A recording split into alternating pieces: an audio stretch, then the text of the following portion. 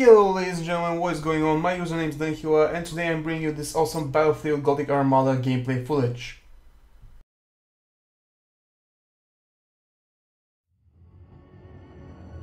For 10,000 years, the Imperium of Man has endured under the rule of the immortal Emperor. The worlds of man are scattered across the galaxy, threatened by savage aliens, heretics who defy the Emperor's will, and horrors lurking upon forgotten worlds. It is a time of endless war, selfless heroism, and blackest infamy. I see fortresses in the stars. A circle of 6, but they sleep yet and must be awakened.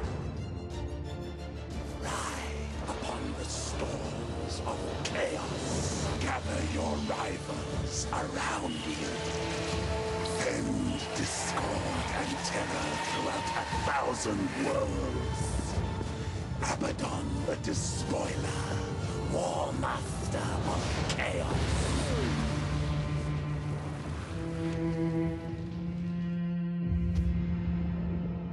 You speak in meaningless riddles. What are the fortresses in the stars? Answer me or die now! Stop this foolishness. I have consorted with creatures far more powerful than you. Speak, crone, but I will remember your insolence.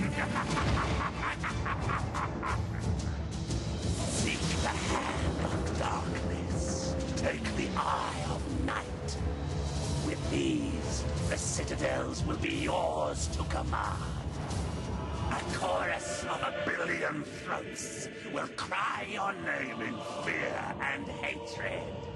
The stars themselves will run red with blood. If you have the courage for it. War Master.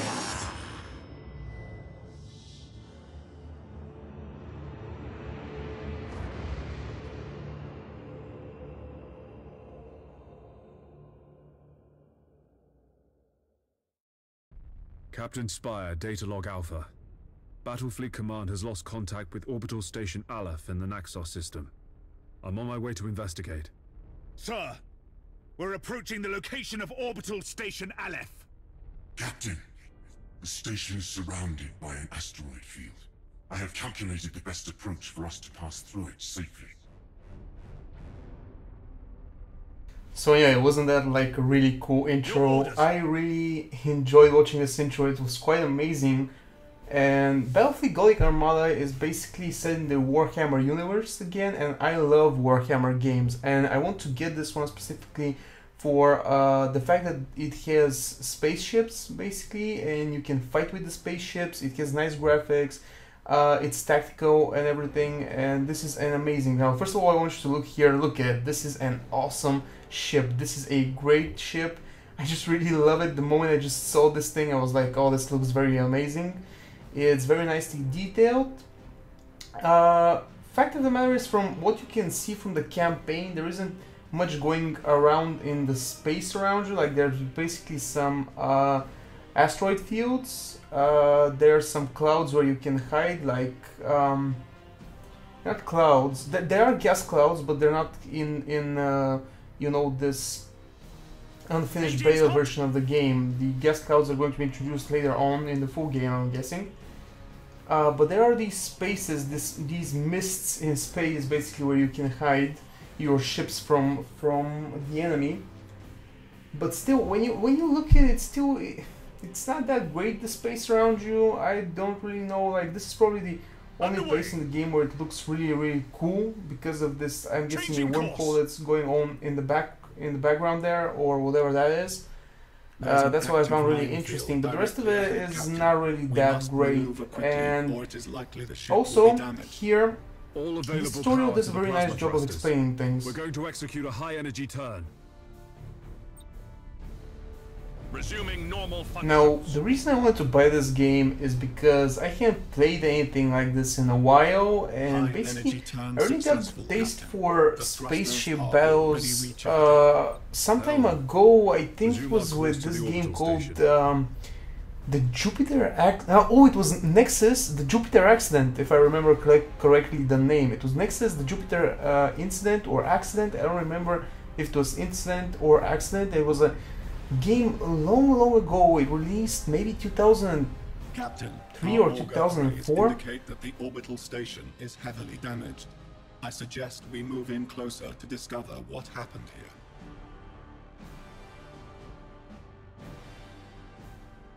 Understood. And what I liked about that game was the fact that you had complete control over your ship, and there were actually a lot of commands you could issue to the ship. It was awesome. To be honest, for that time, such a game seemed kind of out of out of its boundaries. Basically, it seemed like it was something a little bit from the future for its time. It was quite an amazing game. I actually spent many hours into it, and that's why I decided, hey, why not buy this? It's a Warhammer game. It has the spaceships. It seems interesting. It has the strategy. It basically, graphically, to be honest, the ships, of course, look very well.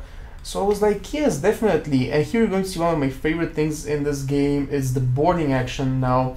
I'm not going to spend a lot of time using it, of course, here, because I'm still learning basically all of the basics, and I really would like to use it more, but at this point I'm just like trying to learn absolutely everything at my disposal that I will have for future battles. And so yeah, you won't see me using it that much, but basically here right now I don't use it that much for the next fights that are about to come, because for one reason, and that was because it has a range. And at first, I don't know why, even though I saw these like grids right next to the ship indicating the range, I don't know why I just like, I didn't acknowledge that they were there, and I was like, man, this isn't working, what the hell's going on? I can't use it right now, why can't I use this right now? And oh my god, just hear, the explosion. I really love this explosion. It was so awesome, so great. And then there's this random fortress right next to your ship, and it's basically trying to destroy you to get you to leave this quadrant. One problem here is that because like this, the fact that this isn't like Nexus.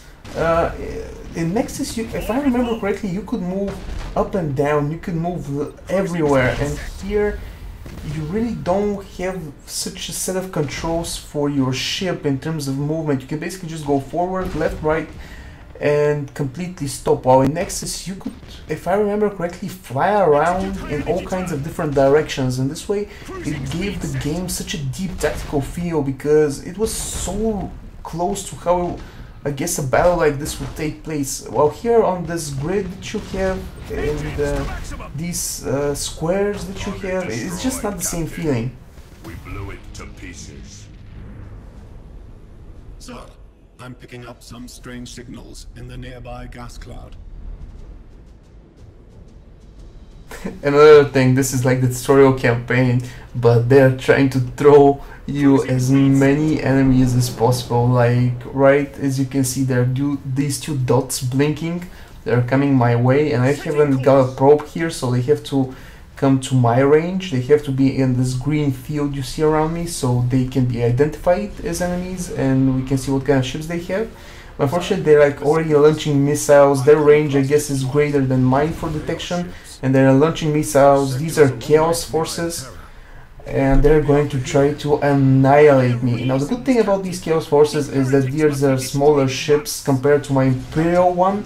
My Imperial one is very big, it has heavy weapons, and basically it's going to mold them in a second, but here I actually have to use a little bit of quick strategy, because as you see, I am losing my shield, because there's two of them, and they're very effective at their attacks, and especially they can launch missiles a lot.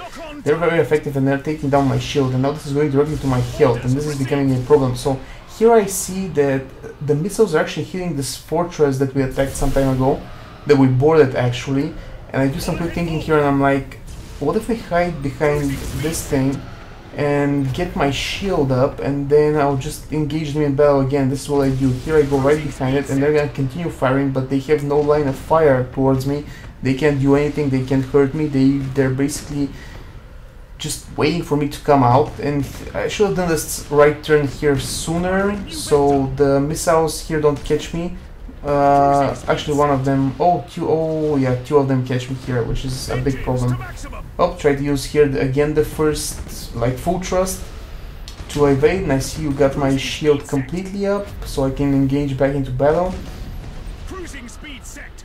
Do the left turn, which here is a very bad idea. I don't know why I did it, considering all these missiles were coming my way anyway. I think I could have dodged like the first 3 with this move, but basically I completely hit the rest, which was not that great, to be honest. I was like, why the hell? Why did I do this for a second? Here again I do the right one, and the missiles hit me directly, which is very, very bad.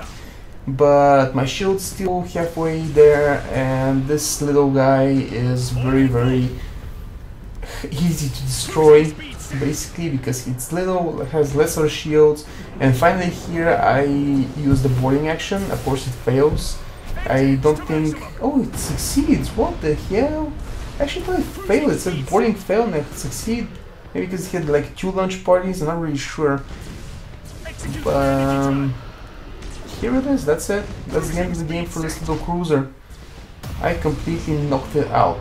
The explosions could be a little bit greater. Somehow I feel like the one that was on this fortress that we boarded some time ago was better looking. Signals. Many more. A gigantic chaos fleet. There's no way we could survive fighting them head on. Contact the High Command immediately. Unable to do so, Captain. All communications are jammed. Captain, there may be a way for us to escape and warn Port Moore. We could risk an emergency warp jump. It's risky to engage the warp engines this close to the star's gravitational field. But the Chaos Fleet has us boxed in. Sir, we don't have any other options. That is basically the first part of the campaign. Here I'm going to use the warp button to basically teleport out of the situation, because as you see, a lot of enemies, you cannot take them all on. That's what the tutorial mission is asking you to do. And I'm really close to actually warping out of here. Now, one thing I want to mention is I would really appreciate it if we actually saw the warp jump. Like, there is this, as you see, fog opening up that's about to take you in it, like, you know, you've seen in a lot of other sci-fi stuff, but there is no jumping into the warp, which I don't like.